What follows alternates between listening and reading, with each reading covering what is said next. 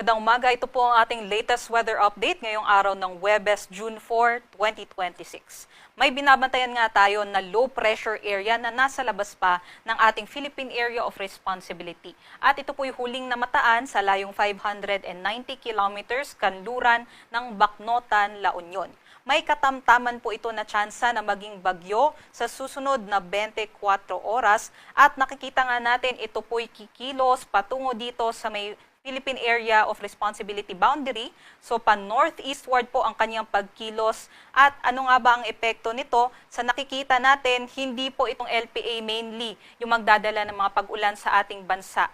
Ngunit, hihilahin po nitong low pressure area na ito yung ating habagat patungo sa may northern and central Luzon area. So expect natin within the next 2 to 3 days, meron pa rin katamtaman hanggang sa malalakas na mga pag-ulan dito sa northern and central Luzon.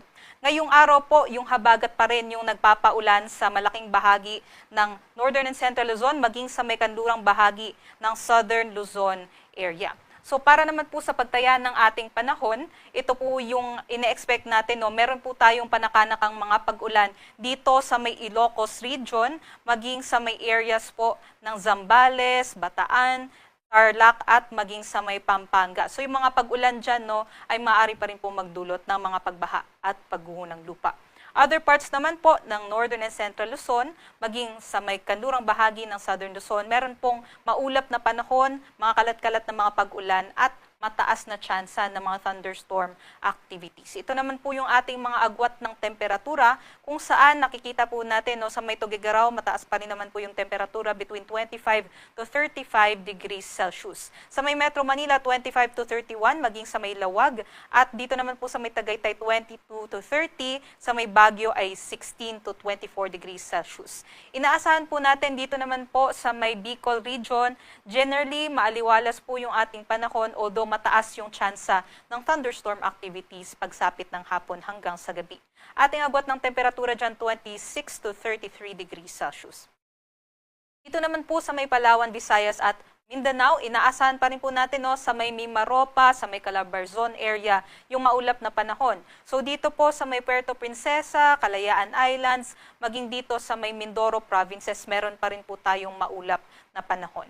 At for Visayas and Mindanao, malaking bahagi nga po ay magiging maaliwalas throughout the day, although meron pa rin po tayong mga biglaang buhos ng ulan dulot ng thunderstorms. At yung mga thunderstorm activities natin ay maaari pa rin po magdulot ng mga localized floodings and also yung mga localized ng mga landslides. At yung ganun nga pong mga thunderstorms, aside sa mga banta ng pagbaha at pagguho ng lupa, meron din po itong banta ng mga lightning activity. So, yung mga kidlat at kulog, meron din po. Kaya doble ingat pa rin po sa ating mga kababayan. Ito po yung ating inaasahan na agwat ng temperatura, kung saan pinakamataas naman po dito sa may Zamboanga, 25 to 34 degrees Celsius. Sumunod po dito sa may Iloilo, Cebu at sa may Davao nasa 25 to 33 degrees Celsius. Mainit pa rin po sa may Cagayan de Oro at sa may Tacloban 25 to 32 degrees Celsius. At medyo may kalamigan po sa may Palawan area, 25 to 31 degrees Celsius sa Puerto Princesa at sa may Kalayaan Islands, dulot po ng mga pag-ulan dahil sa habagat. At dahil nga po sa mga thunderstorm activities, kailangan ay pwede naman po nating i-check yung ating mga thunderstorm advisories at mga rainfall warnings dito po sa ating website sa panahon.gov.ph at makikita po natin ito dito sa bell na button. Meron po tayong mga nakataas na mga thunderstorm watch ngayong araw. Para naman po sa rainfall forecast natin, maaari po yung 50 to 100 millimeters of rainfall. Itong ganitong level of rainfall, maaaring magdulot ng mga localized floodings. So doble ingat po, lalong-lalo na doon sa ating mga kababayan na nasa susceptible areas, yung mga nasa low-lying areas, maging doon sa mga kababayan natin na malapit sa mga tabing ilog. Ito po yung mga lugar ngayong araw na maaaring makaranas ng mga 50 to 100 millimeters rainfall sa may Ilocos Norte, Ilocos Sur, La Union, Pangasinan, Zambales, Bataan, sa may Tarlac, maging sa may Pampanga.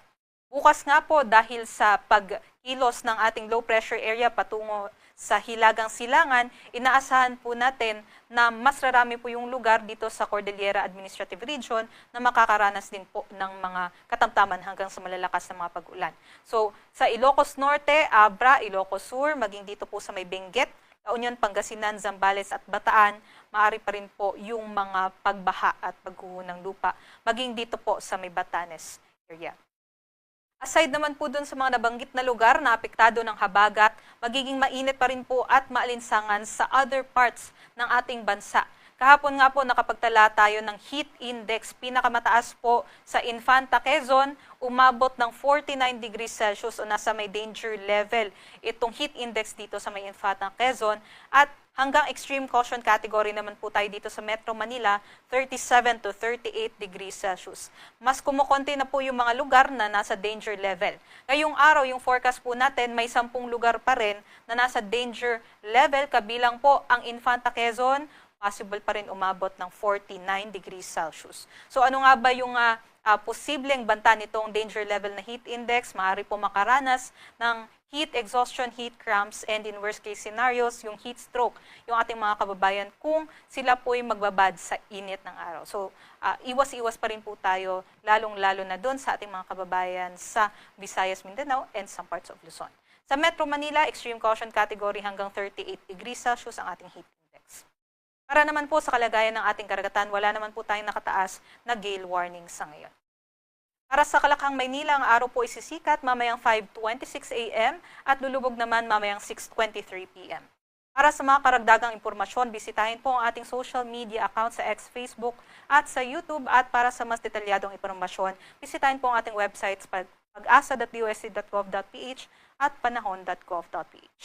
Muli, ito po si Lian Loreto. Doble ingat po sa ating mga kababayan.